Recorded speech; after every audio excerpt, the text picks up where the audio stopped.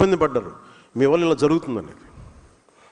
నేను రాగానే చెప్పాను, మనం గెలిచిన వెంటనే నేను ఇదే మన మంగళగిరి ఆఫీసులో, జనసేన ఆఫీసులో కూర్చొని రెచ్చిపోండి ఈరోజు నేను ఎప్పుడు చెప్పలేదు, అట్లా చెప్పలేదు ఎప్పుడు. గెలవగానే అసలు మనం ఏంటో చూపిద్దాం, అలాంటి పిచ్చి మాటలు నేను ఎప్పుడు మాట్లాడను.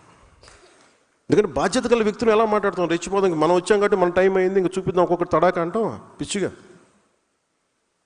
ఆ బాధ్యత ఉంటే మనం ఎందుకు ఈ స్థాయి దాకా ఎందుకు వస్తాయి? మన ప్రజలు నమ్మారంటే నువ్వు బ్యాలెన్స్కి వెళ్తావని కదా. సో నాకు ఆ బ్యాలెన్స్ని మీరు సమాజంలోకి మీ పదవి ద్వారా తీసుకెళ్ళండి.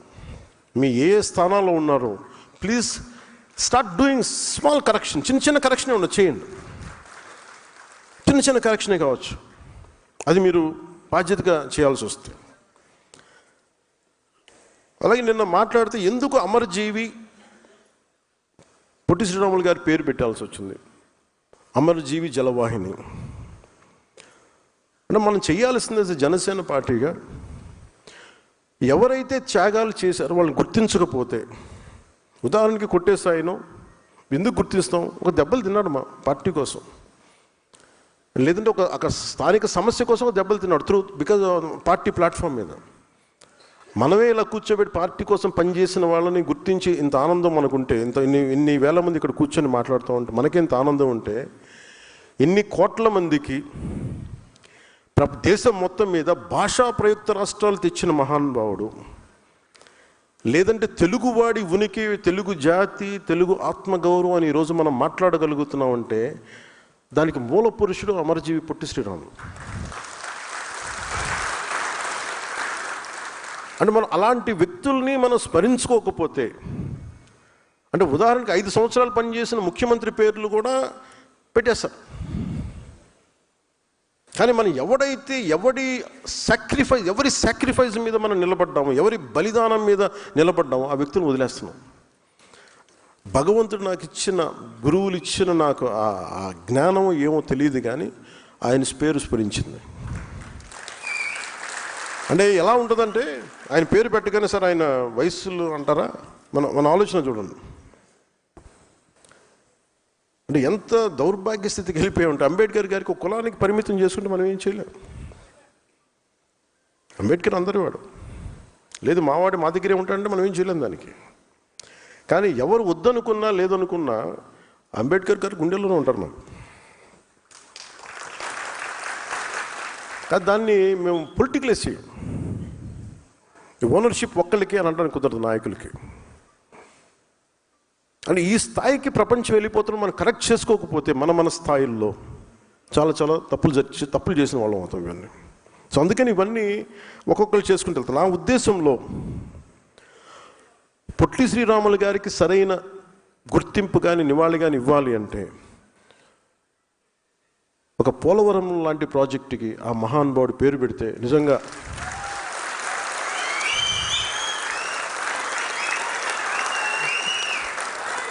ఎందుకంటే అంటే భాషా ప్రయుక్త రాష్ట్రాలు తెచ్చినవాడు, ఆకలితో అలమటించినవాడు. అంటే పోలవరం ప్రాజెక్ట్ అంటున్నాం, కానీ అలాంటి నాకు అనిపించింది ఒక చిన్నపాటి 2 మండలాలకు ఒక జిల్లాకు వచ్చే దానికి కాదు దీనికి పెద్ద పేరు పెట్టాలంటే, ఒకసారి ఇలాంటి ప్రతిపాదన అంటే ఇది నా ఉద్దేశం. ఇది కూటమి ప్రభుత్వం కాబట్టి నా ఒక్కటి ఉద్దేశం పనిచేయదు. ఇక్కడ అందరి చాలామంది సమగ్ర కొన్ని కోట్ల మంది కూర్చొని ఎవరెవరి ప్రతినిధులు తీసుకొని, నా కోరిక ఇది, నా లోపల ఉన్న కోరిక, పోలవరానికి అమరజీవి పొట్టి శ్రీరాములు గారి పోలవరం ప్రాజెక్ట్ అంటే నాకు చాలా గొప్పగా ఉంటుంది. అది కుదురుతుందో లేదో మనకు తెలియదు, కానీ బట్ నాకైతే కోరిక.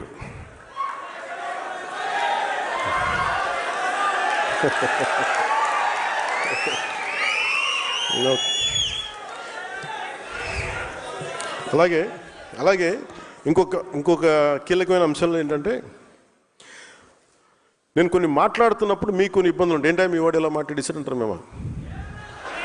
అలాగే ఇదిగా నేను అమర్జీవి గారి గురించి మాట్లాడలా. అంటే ఉదాహరణకి కులాల గురించి చాలా విస్తృతంగా మాట్లాడతాను, ఇబ్బంది లేకుండా మాట్లాడతాను. మా సోదరులు నాగబాబు గారిని అడగండి, మా ఇంట్లో ఎప్పుడు కూడా కుల ప్రస్తావన మాకు తెలియదు అసలు ఎప్పుడు. అలాంటి నేను కులాల గురించి మాట్లాడటం అంటే ఎంత నలిగిపోయాడు బిగినింగ్లో, అసలు ఎందుకు వచ్చాను పాలిటిక్స్ అనుకున్నాను. ఇప్పుడు కదా 2007, 2008లో. అంటే అంటే మనం మానవత్వం అనుకున్న పెరిగిన వాళ్ళకి సోషలిజం మైండ్ సెట్తో ఉన్నవాడికి కులం చాలా ఇబ్బందిగా ఉంటుంది. కాకపోతే that is a stock reality of our society. ఇది ఒక వాస్తవ దృక్పథం. ఇది అంటే మనకి అసమానతలు ఉన్నాయి. కొన్ని కులాలు అగ్రస్థానంలో ఉంటాయి, కొన్ని కులాలు వెనుకబాటు స్థానంలో ఉంటాయి, కొన్ని వృత్తి కులాలు ఉంటాయి, వృత్తి కళలు వాటికి పరిమితం అయిపోయినాయి. అందుకని కులాలని నేను సమగ్రంగా స్టడీ చేశాను. స్టడీ చేసుకున్న తర్వాత అప్పుడు అవగాహన వచ్చి మాట్లాడాను. అందుకు నాకు ఇబ్బంది ఏముండదు. నేను ఒక కులం గురించి మాట్లాడుతున్నానంటే ఇంకో కులాన్ని ఎప్పుడు పెంచడం కాదు, ఇంకో కులాన్ని తక్కువ చేయడం కాదు, ఒక వాస్తవాన్ని మాట్లాడుతున్నాను అంతే. అందుకని నేను ప్రత్యేకించి కులాల గురించి మాట్లాడేటప్పుడు మన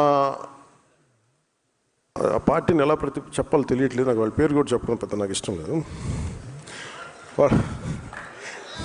అంటే అలాగే అంటే అలా అంటే ఆకు రౌడీలను మా సపోర్ట్ చేస్తాం, మేము రౌడీజం చేస్తాం అనే వాళ్ళతో వాళ్ళ పార్టీగా నాకు గుర్తించట్లేదు. ఒక రౌడీల సమూహంలాగా అనిపిస్తుంది ఒకసారి.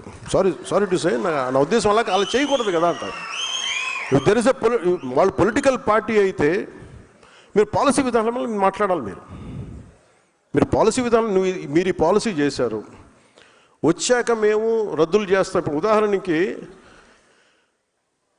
మొన్న నాకు నిన్న కూడా ఆయన వారికి శుభాకాంక్షలు తెలియజేశాను, పుట్టినరోజు శుభాకాంక్షలు. అంటే మనస్ఫూర్తిగా చెప్తాను, నాకు లోపల ఎవరు శత్రువు కాదు. నాకు వారి విధి విధానాలతోనే నేను వ్యతిరేకిస్తాను తప్ప నాకు ఎప్పుడు కూడా శత్రుత్వం లోపల ఉండదు. మీరు కనుక మీ విధి విధానాలతోటి ప్రజలకి ఇబ్బంది కలిగితే నేను ఇంకా గొడవ పెట్టుకోవడానికి నా జీవితకాలం సంసిద్ధం. నేను అసలు నాకు ఆ భయం కూడా లేదు. నాకు ఆ భయం కానీ లేదు. మనం ఏదన్నా జరిగితే బహుశా ఇలా జరిగితే ఆ భయాలు ఉండవు. అలాంటి అనుకుంటే ఇక్కడ దాకా ఎందుకు వస్తాం, రాం ఉండం పోతాం, కానీ అడుగు ముందుకే వేస్తాం. దేనికి వేస్తాం అడుగు?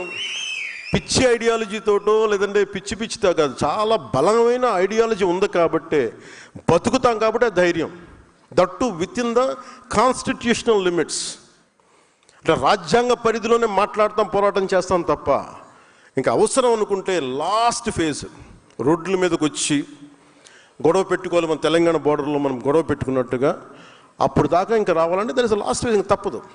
చాలాసార్లు మనకి రాయబారం నడిపి మంచిగా చెప్పి మంతనాలు జరిపిన తర్వాత ఇంకా కాదుకూడదు అనుకుంటే ఈ చొక్కా మడిచి ముందుకు రావడం పెద్ద ఇబ్బంది ఏం కాదు మనకి.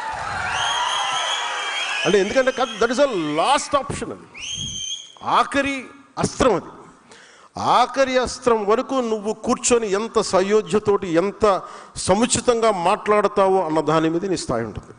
యాజ్ ఎ లీడర్స్గా నేను మీకు ఇచ్చేది బాధ్యత. మీరు తెలుసుకోవాల్సింది ఇది.